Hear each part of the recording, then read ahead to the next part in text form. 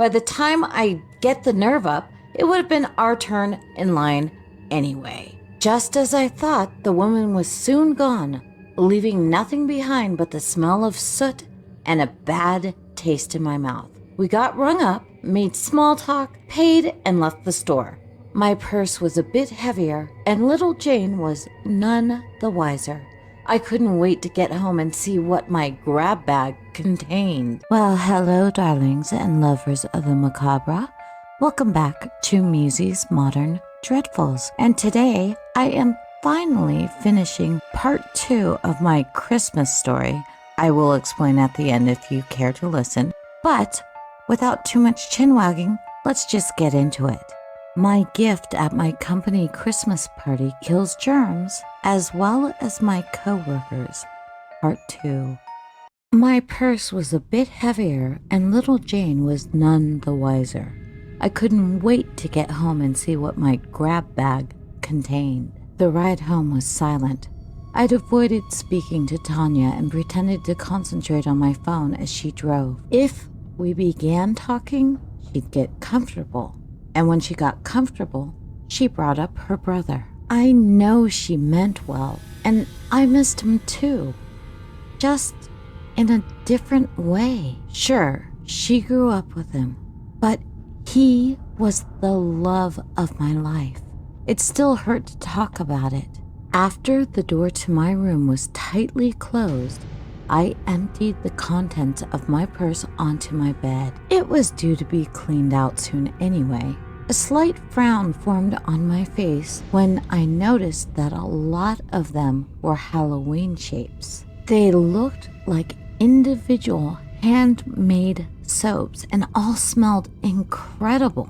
My work had its annual Christmas party that night, and I figured they'd be great in gift bags. We each picked Secret Santa partners. I just couldn't help but make a little something up for everyone. It was a great night all in all. We opened gifts after we'd been drinking, so my soaps went over amazingly well. My Secret Santa got me a fancy purse and a candle set. The Italian restaurant Amici's down the street catered it, leading me to eat way more than I should have. Nothing really remarkable took place, honestly. It was what happened after that was worth noting. First, Erica Matheson called in to explain that she was taking bereavement leave. Her son had suffered a horrible accident which led to him passing away at only 9 years old. A swarm of bees surrounded her son when he was playing in their backyard. His little throat closed almost immediately despite him never having an allergy to them. I didn't think anything of it at first, but then our supervisor, Carson, got into a car accident and broke both of his legs. A sinking feeling resonated throughout my body as I recalled placing the extra soaps in his bag. They were bone-shaped, left over from Halloween, and they were broken. That's why I had given him extra. It seemed beyond absurd that the two could be connected. But then I also remembered that the bag I gave to Erica had honey and milk-scented soap bees in them. My mind raced to remember the other soaps I'd placed in bags. I bit at my lip out of dread and anxiety, not stopping until it bled. Grant Brierson received a Ziploc bag full of brain-shaped soaps. They were red and white, tie-dyed, and rose-scented. He'd suffered an aneurysm and died 6 days later. 2 more employees received soap gravestones, and while one didn't die, their family suffered a devastating loss. The other, of course, died soon after the new year.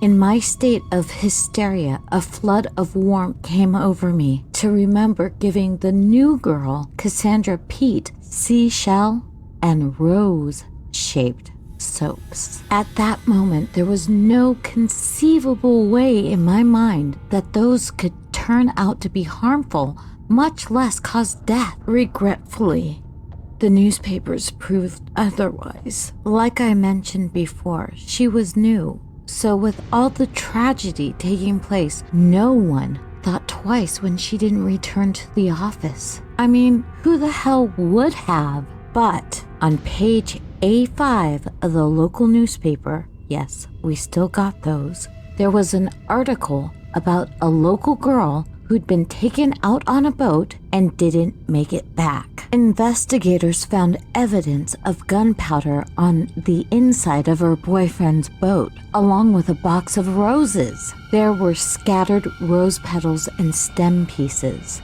It was assumed he proposed, and she said no, so he shot her point blank. The bullet went through the bouquet of flowers he'd given her before striking her and knocking her overboard. At the time of the article, her boyfriend was arrested, but her body hadn't been found. Naturally, work became impossible to show up to. My mind grasped at any straw it could, sane or insane, to create some good of a terrible situation. I needed a shred of hope, no matter how small, something to make this all worth it. There's one last soap left. It is pumpkin cream scented, and it is in the shape of a smiling ghost. There are still more soaps to be used by the employees. I won't waste time explaining the results. Suffice it to say that at this point, I don't give a fuck what happens to me. I'm going to toast to Tavistock soap store, get sloppy drunk, then take the longest and hottest shower of my life.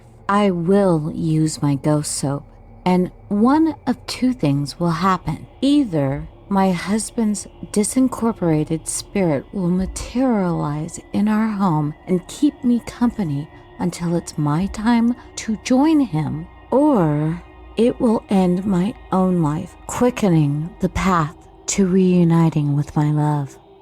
Whatever happens, I'll be happy with either option.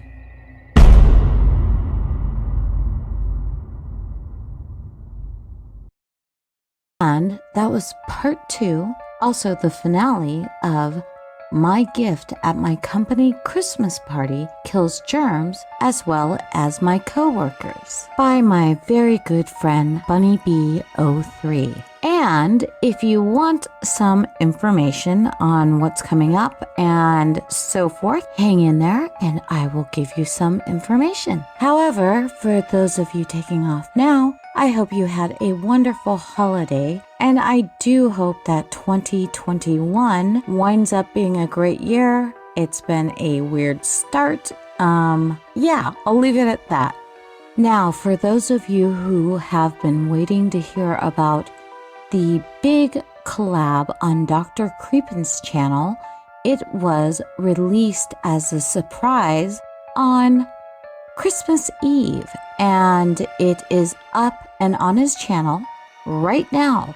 So if you haven't heard it, now's the time to go do it. Now, that's part 1 of the special. There are more collabs that he will be releasing on his channel later. I don't have information on when that's going to happen, but I will let you know, hopefully much further in advance this time around, when he's ready to post it.